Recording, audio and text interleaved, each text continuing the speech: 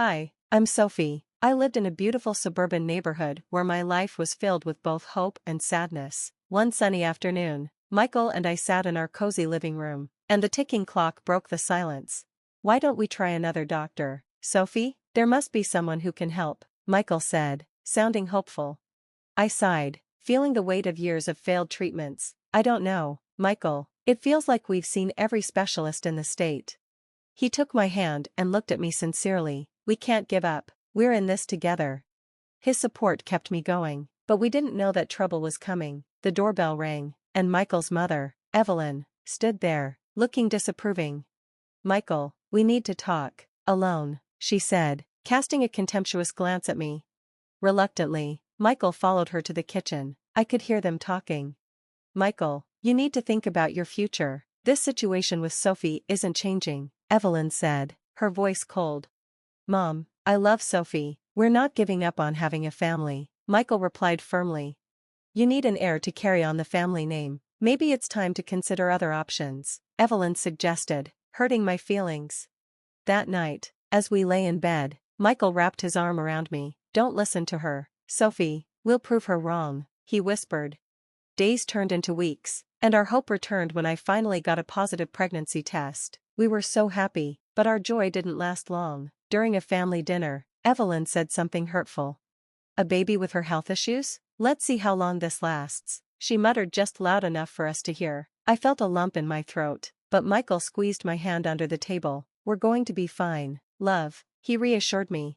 The next months were filled with ups and downs. Our families gathered for a baby shower, and even Evelyn pretended to be excited, but her cold gaze told a different story. "Make sure you take care of yourself, Sophie. We wouldn't want anything to happen to the baby," she said, sounding insincere. "I will, Evelyn, thank you," I replied, trying to hide my discomfort. As my due date got closer, Michael and I prepared the nursery. The walls were painted a calming pastel blue, and the crib was ready for our little miracle. "It's perfect, isn't it?" Michael said proudly. "It's everything we've ever dreamed of," I replied, feeling a mix of love and anticipation.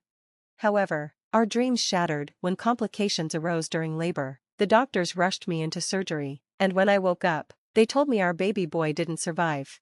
Holding each other, Michael and I cried for the child we never got to meet. In my grief, Evelyn's hurtful words echoed in my mind.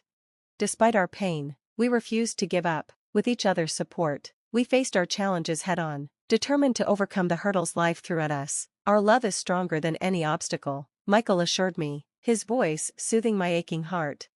Through our journey of despair and hope, we learned the true meaning of resilience and the strength of unconditional love. Our story was not over, and we were ready to face whatever came our way together.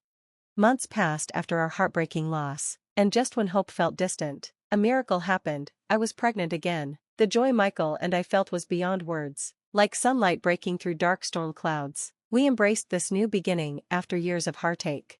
"Can you believe it, Sophie? We're going to be parents," Michael exclaimed, his eyes sparkling with excitement. The months flew by, bringing us closer to meeting our little miracle. The nursery was painted soft pink, and we often sat there imagining our lives with our baby girl.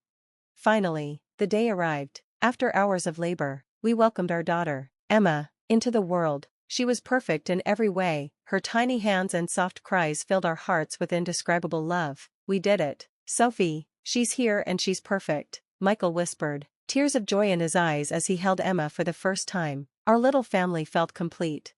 However, this happiness felt fragile, like a delicate bubble. Emma's innocent giggles filled our home, healing the scars of our past. One evening, during a family gathering, Evelyn and her daughter Grace arrived. Their smiles looked forced, and their congratulations felt hollow. Evelyn glanced at Emma, then at me, her eyes cold and unfeeling. "A girl, huh? Let's hope she stays healthy," she remarked, her tone ominous. I felt a twinge of discomfort but pushed it aside. Focusing on the joy in my arms, Michael squeezed my hand, silently promising that nothing would ruin our happiness.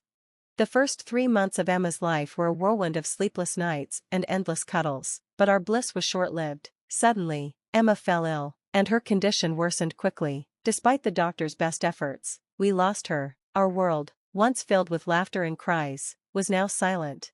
The emptiness at Emma's funeral was overwhelming. The air was heavy with grief as friends and family gathered. their faces showing sorrow. However, Evelyn and her daughter Grace stood out in the crowd. They showed no tears, no signs of sadness, almost as if they weren't affected by the tragedy at all. As I stood by Emma's tiny coffin, my heart breaking, I noticed Evelyn and Grace whispering to each other with smirks on their faces. Their blatant disrespect in such a sacred moment shocked me. "Can you believe it? Another one gone. Maybe it's a sign, huh?" Grace whispered, not realizing I could hear her. Evelyn chuckled softly. "Perhaps Michael will finally see sense and leave her." I was stunned as they exchanged smiles and whispers. Their laughter felt like a slap in the face, a mockery of our pain. Anger boiled inside me, and I whispered to Michael, "I can't believe they're doing this." Michael looked over, his expression shifting from confusion to disgust. "I'll talk to them," he said, but I was already moving towards them. "Really, Evelyn? Smiling at a time like this? What's wrong with you?" I couldn't hide the bitterness in my voice. Evelyn turned to me, her smile fading into a smirk. "Oh Sophie, always so dramatic. We were just what? Celebrating my daughter's death?" I interrupted, my voice rising. The crowd began to notice, murmurs growing louder. Michael joined me, his eyes filled with anger and disappointment. "Mom, this is unacceptable. You're at a funeral," he said sternly. Evelyn tried to defend herself. "We were just talking about." "About what? How happy you are that my daughter is gone," I nearly screamed, my grief turning into rage. Grace stepped in, her voice dripping with fake concern. "Sophie, you're overreacting. We're just as sad as everyone else."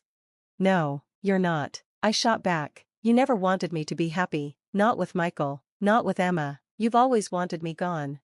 Our confrontation caught everyone's attention. Michael stood firmly by my side, his arm around me, showing where his loyalty lay. "I can't do this anymore, Mom. Your constant negativity and disdain for Sophie are too much. I can't have you in our lives if this is how you're going to act," Michael said, his voice steady. Evelyn's face fell in shock and anger. "Michael, you can't be serious. She's manipulating you." "No, Mom, I'm seeing things clearly for the first time," he replied, his decision final. We walked away, leaving them behind amidst the whispers of the crowd. That day marked the end of our relationship with Evelyn and Grace. Michael chose to stand by me, and together we faced the world united in our grief and love. In the weeks that followed, our home became a sanctuary where we could mourn in peace, away from judgmental eyes. "I can't have her toxicity around us anymore," Michael said one evening, sadness in his voice. "I know it's hard, but I'm so grateful you're standing by me," I replied, my heart swelling with love for the man who had become my rock. As time passed, the sharp pain of loss turned into a dull ache, a constant reminder of what we had lost. We learned to live with it, building our lives around the empty space left by Emma's absence. "We'll get through this, Sophie, together," Michael often said, his words a beacon of hope during our darkest times. Our journey was far from over, but we faced it hand in hand, our love proving our resilience. The betrayal of family left a deep wound, but in each other, we found the strength to heal and move forward. As the years passed, they brought healing and new joys. Michael and I were blessed with 4 beautiful children, each a symbol of our enduring love and the strength we found in one another. Our home, once filled with sorrow, now echoed with laughter and the sound of little feet. As our children grew, so did their curiosity. They often asked about their grandmother, Evelyn, but the wounds she inflicted ran deep. Her absence in their lives was a conscious choice, made to protect them from the toxicity that had once threatened our happiness.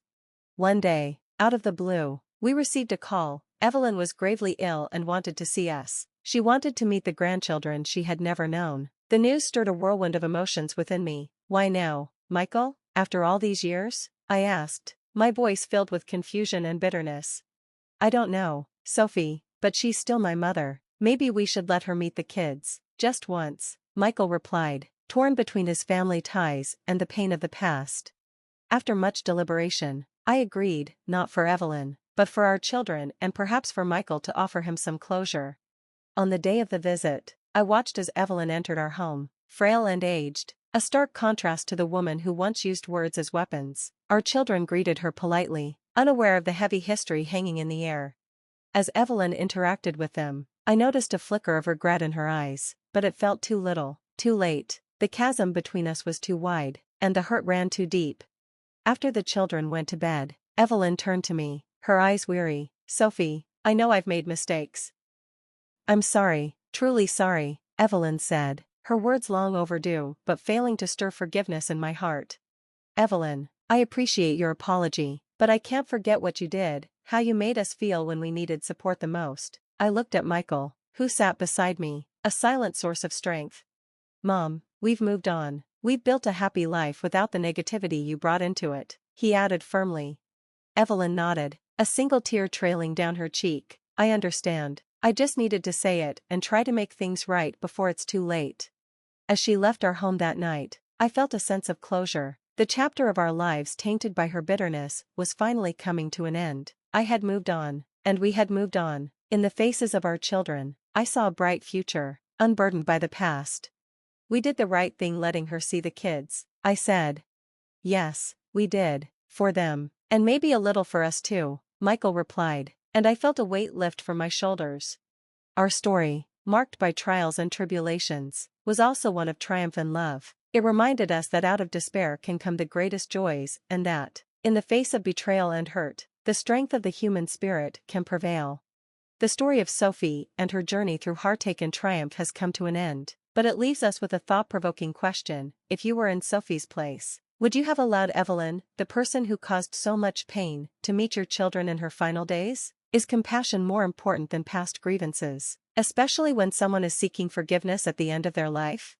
Share your thoughts and experiences in the comments below. If you enjoyed this story, please don't forget to like the video and subscribe to the channel for more engaging content. Your support means a lot and helps us bring more stories like this to you. Remember, every like, comment, and subscription helps us grow and continue sharing these narratives. Thank you for watching, and we can't wait to read your insights in the comments.